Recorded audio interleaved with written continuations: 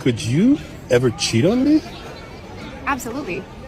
That's why I don't make dumb decisions like talking to guys one-on-one or hanging out in like compromising situations, because I'm a human being, you're a human being, and I'm sorry, babe, I don't know if this is hard for you to hear, but everybody is absolutely capable of infidelity in the right/wrong circumstances. Oh, okay. That's why boundaries are so important. You're never going to see me in a situation, even if people think I might be too strict, I don't care, because I'm not taking that chance. Amen. I'm not putting myself in a position to even be close to a position to potentially fall to temptation. I'm going to keep it 100, because anyone is capable of cheating, but I will not be cheating on you. Excellent. I love that. I love you. Alright, what up YouTube? This is Marley G, and I'm back at y'all in another episode of Running with Y'all No Cap No Filter. It's been a minute, but I'm back. I'm gonna go ahead on and get into this video I seen floating around for the past few days. A man basically asked his wife, is she capable of cheating? It went viral. 9 times out of 10, if I see a video on the internet and it goes viral, I'll instantly think it's a skit, or it was planned. This, I don't know if it's a skit or not, but let's just say she's being 100% honest and this is her true answer. She didn't even much expect her husband to ask her this, on the spot like this with her being recorded. Let's just say that. I feel like the answer she gave, I feel like, she basically is keeping it real, but at the same time, it's like, she said absolutely so quick. Like, that's my thing. Let's just say she said absolutely, but she had to think about it. And she was like, well, of course I would never cheat on you, but, maybe it had to be just the worst of circumstance. Then it's a possibility, because, you can only expect from a human to be human. Maybe if she said it in that type of context, it'll be different. But the way she said, oh yeah, absolutely. Well, that's I wouldn't try not to. Like, to me, that sounds like an addict that just kicked the habit, but they trying to duck and dodge people that's just drinking. They trying to duck and dodge liquor. They didn't kick the habit for a year, and they just they know if they be in an area, or they be in a proximity of people that's just drinking liquor and indulging in things, they might be tempted. That's what that sounds like to me. And you don't want to just roll a dice with somebody that might be just tempted that much. Now there's some people that didn't kick the habit on heavy drugs, heavy alcohol abuse, and they never look back. Is it possible for a cheater to do that? Yeah, I think it's possible.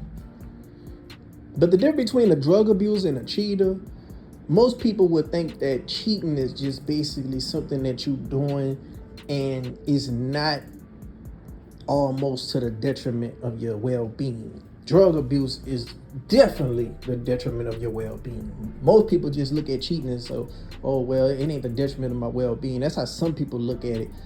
But there's other people that say, oh, well, cheating could get affected by cheating. I could get divorced. I could get alimony on me. I could catch something. I could, a wise person would look at all them effects, and the fact that you could be hurting your partner a lot. And a lot of people feel like if you cheat on your partner, you can't love him in the first place.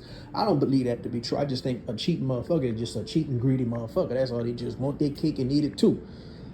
But I absolutely feel like cheating is something that it can be something that's not accidental. It can be something that's something that you want to do, and it's something that you planned on doing, especially if you're a woman. Like, if you're a woman, I feel like, you really got to put yourself in a compromising situation for that to happen, or you just a plain old just cheater. Like, some people, this a cheater ain't even got to be a compromising situation. Y'all ain't even got to be on bad terms. It's just some people just not ready to be committed. And some people will never be ready to be committed. They just gonna always cheat as long as they could, get away with it. Now, the lady said she's not gonna even put herself in a compromising situation in the first place. Like, I'm not gonna be around attractive men. I'm not gonna be drinking. I'm not gonna, be in deep conversation with them, because eventually that might get them the wrong idea and get to exchanging numbers. From exchanging numbers, get to conversation, and from conversation, get to, when mad day come with your partner, you venting and consoling, confiding to the next man, and then y'all get a chance to link up. It might be for coffee the first night, but then it might be a night where mad day come again, and it's a shoulder to lean on, turn into a what to ride on. You already know what I'm saying. So it's like, man, don't even put yourself in a situation in the first place. I understand that, but like I say, man, I feel like cheating is just such an act that gotta lead to this and this and this and this. Like, if you thinking like, man, I don't need to do that, because if I do that, it's a possibility I'm gonna cheat. If you thinking that way in the first place, I think you're a cheater. Because it's almost like, man, I can't do that because I'm gonna put myself in a precarious situation. Nah, man, don't. A person that don't cheat not even much gonna think like that. A person that don't cheat not gonna even much think like that in the first place. Like, a lot of people feel like, oh, girls trips. Oh, I shouldn't go on the girls trip because I'm gonna be in a situation that I might treat on my man. Like, I just feel like if you're not a cheater, you're not gonna even think like that in the first place. Like, yeah, you could go on a girls trip, but don't get too carried away with going so often, and then going out. Like, oh, I can't go out because I got a man now. Like, you could still go out, but just don't be going out as if you single. Is have respect for your partner. Like, now if he just cool with it, he cool with it. But I think most men wouldn't want their girl going out. Even at work, even in the workplace, all that work hubby stuff, and all that being extra friendly with certain dudes and giving out your social media stuff, like even little stuff like that, like that could give certain dudes the wrong impression. And he gonna look at that as his opening. Like, you could be friendly, but this dude gonna take your friendly as if you like him or into him in some way, somehow. So I feel like, man, when it comes to now let me get into the liquor part. Let me get into being drunk, because a lot of people think being drunk is a real good excuse. I feel like when you drunk, your don't give a fuck level just go away. Like, your train of thought goes away. So it's kind of saying, yeah, I wasn't in my right state of mind. That is true, but you still not gonna do nothing that you absolutely don't want to do. Like, you might do something that, if I was sober, I wouldn't have did this, but you're not gonna do nothing you absolutely won't do.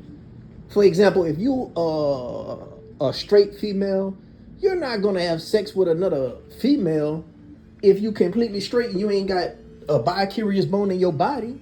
You're not gonna do that because you was drunk. You're not gonna do that. Now, you might fuck a dude because you was drunk. The liquor got to the best of you. But if you fuck that dude, 9 times out of 10, you want to fuck that dude when you were sober, but your don't give a fuck level went out the window. You see what I'm saying? Like, you ain't gonna, just because you drunk, you ain't gonna have sex with a 90-year-old man. You see what I'm saying? Oh, this 90-year-old man up in here, I'm drunk, I'm horny. I'm next to him. This liquor got me feeling some type of way. No, you're only gonna do what you would likely want to do while you sober. You being drunk is not no excuse, because you kind of want to do that anyway. It's just your don't give a fuck level went out the window. So her saying, oh yeah, man, everybody's capable of cheating. Like, don't be out here drinking. Don't be out here talking to men. And like, no, if you got your guard up like that, and you gotta like be thinking, like, I don't know, it's just a certain way it's just the way she just said, oh, absolutely, so quick. Like, that right there is just a red flag to me.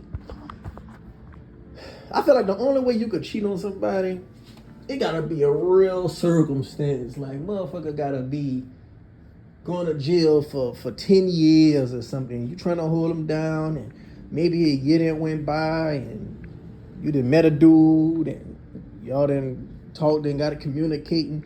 But even then, if you was to make a move with that dude and cheat, and your man in jail, still tell him like that.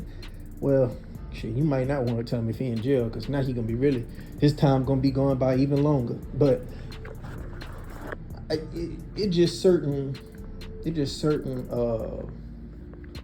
certain situations, I think, that I could say like, oh, okay, well, I could understand why a person would cheat in this situation.